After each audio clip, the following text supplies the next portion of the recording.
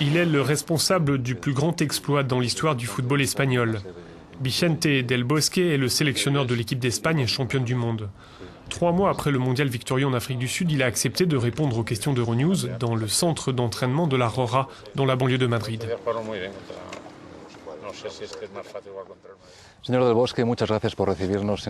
Monsieur Del Bosque, merci de nous recevoir dans le quartier général des champions du monde. Je vais commencer par une question assez simple. Comment gagne-t-on une Coupe du Monde? Avec un peu de chance. Dans la vie, il faut en avoir un peu. En plus de ça, nous avons suivi une bonne préparation avec des joueurs de qualité, alors forcément cela facilite les choses. Dans la phase de qualification, on a bien joué. On a remporté nos 10 matchs. On avait aussi gagné le titre au championnat d'Europe. En fait, je pense qu'on dispose d'une génération de joueurs qui impriment un style de jeu, notamment en milieu de terrain. Ce sont eux qui orientent le jeu de toute l'équipe. On associe ce style à celui du FC Barcelone. C'est vrai qu'il y a une certaine ressemblance avec le FC Barcelone. Il faut dire que dans l'équipe d'Espagne, il y a beaucoup de joueurs qui viennent du Barça. Mais les autres joueurs des autres clubs apportent aussi le style de leurs équipes. Durant la Coupe du Monde, mis à part l'Espagne, quelle autre équipe vous a impressionné? L'Allemagne a fait une bonne Coupe du Monde. Pareil pour l'Argentine jusqu'à son élimination par l'Allemagne. Les Pays-Bas ont fait un tournoi impeccable. En fait, il y a eu de très bonnes équipes comme dans toutes les Coupes du Monde. Globalement, on a vu un bon niveau de football. Êtes-vous impressionné par l'Allemagne dans la perspective du prochain Euro? L'Allemagne, oui, tout à fait. Non seulement ils ont un bon niveau physique, comme toujours, mais en plus ils ont aussi des joueurs de grande qualité. Durant la Coupe du Monde, ils ont été très forts jusqu'au bout. En demi-finale, on a bien joué. Et je crois qu'on les a un peu intimidés. La victoire au mondial a provoqué une explosion de joie sans précédent en Espagne, dans un pays marqué par les nationalismes régionaux. Croyez-vous que cette victoire a rassemblé les Espagnols? Pour moi, il ne s'agit que de football. Nous avons seulement gagné une Coupe du Monde, nous n'avons pas d'autres prétentions. J'avoue que la réaction en Espagne a dépassé l'aspect purement sportif. Cela a eu un impact sur tout le pays. Si nous pouvons contribuer à améliorer les relations entre Espagnols, alors tant mieux. Mais nous n'allons pas nous attribuer à nous-mêmes le fait qu'il puisse y avoir une plus grande unité en Espagne grâce à cette victoire en Coupe du Monde. Concernant le drapeau espagnol, l'Espagne s'est-elle réconciliée avec son drapeau? Je pense qu'il faut accepter l'idée que le drapeau n'appartient à personne. Exhiber ce drapeau et en être fier ne devrait pas être vu négativement. Certains groupes nationalistes demandent la scission de la Fédération espagnole de football et la création de fédérations en Catalogne ou au Pays Basque, par exemple.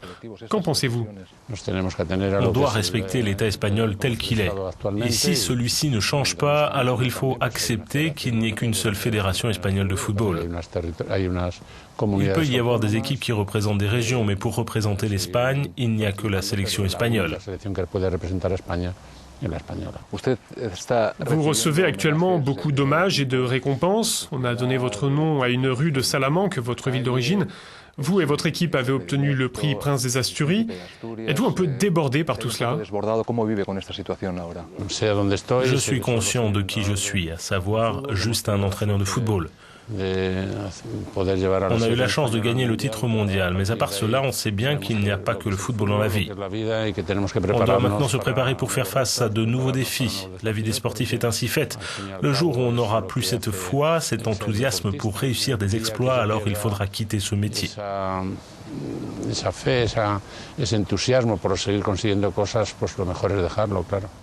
Face à cet enthousiasme débordant après la victoire au mondial, comment garde-t-on les pieds sur terre? La carrière d'un footballeur est très courte. On n'a pas le temps de réaliser que c'est déjà fini. Il faut profiter de chaque moment sans trop en faire, sans trop se reposer sur ses lauriers.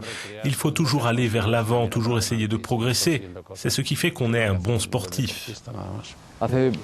Récemment, l'Espagne a perdu à Buenos Aires face à l'Argentine en match amical, une défaite 4-1. Ça a été un avertissement? Je ne pense pas qu'on puisse voir là le signe qu'on ait joué avec trop de confiance ou même avec arrogance. Même en étant mené 3-0 à la pause, on n'a pas rendu les armes. On a montré qu'on pouvait surmonter ce genre de situation et on a presque égalisé, même si cela paraît un contresens vu le score final de 4-1. Je ne suis pas mécontent de l'attitude de mes joueurs. Je ne veux pas croire qu'on soit dans une mauvaise passe ou qu'on doute de nos capacités réelles.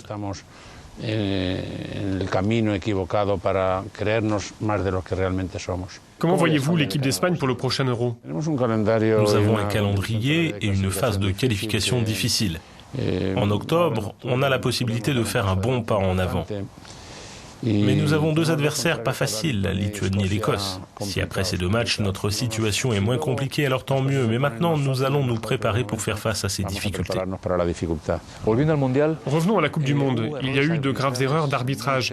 Quelles sont vos propositions? Qu'est-ce qu'il faudrait changer pour les éviter? Le bon sens voudrait qu'on prenne dorénavant les décisions en s'appuyant sur les nouvelles technologies. Mais jusqu'à présent, nous n'avons pas réussi à franchir le pas. Franchement, je suis un peu traditionnaliste dans tout ce qui touche au football. Et je pense que dans certaines situations de jeu, une machine ne peut pas décider. Alors vous êtes contre l'usage de la vidéo? Non, je ne suis pas contre à 100%, mais j'ai du mal à l'accepter. Je reconnais que la société progresse et qu'on ne peut pas systématiquement s'opposer aux évolutions. Mais ces évolutions, il est parfois très difficile de les adapter au monde du football. Ce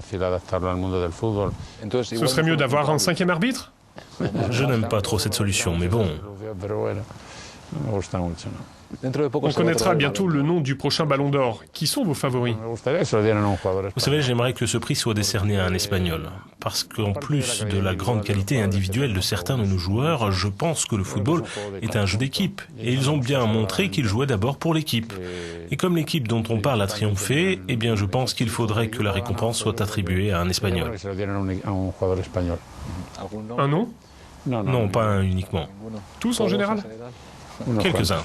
Je vous ai demandé au début la recette pour gagner un mondial. Je vais finir en vous demandant la recette pour gagner un championnat d'Europe. Bon, il faut attendre que je l'ai gagné avant d'en parler.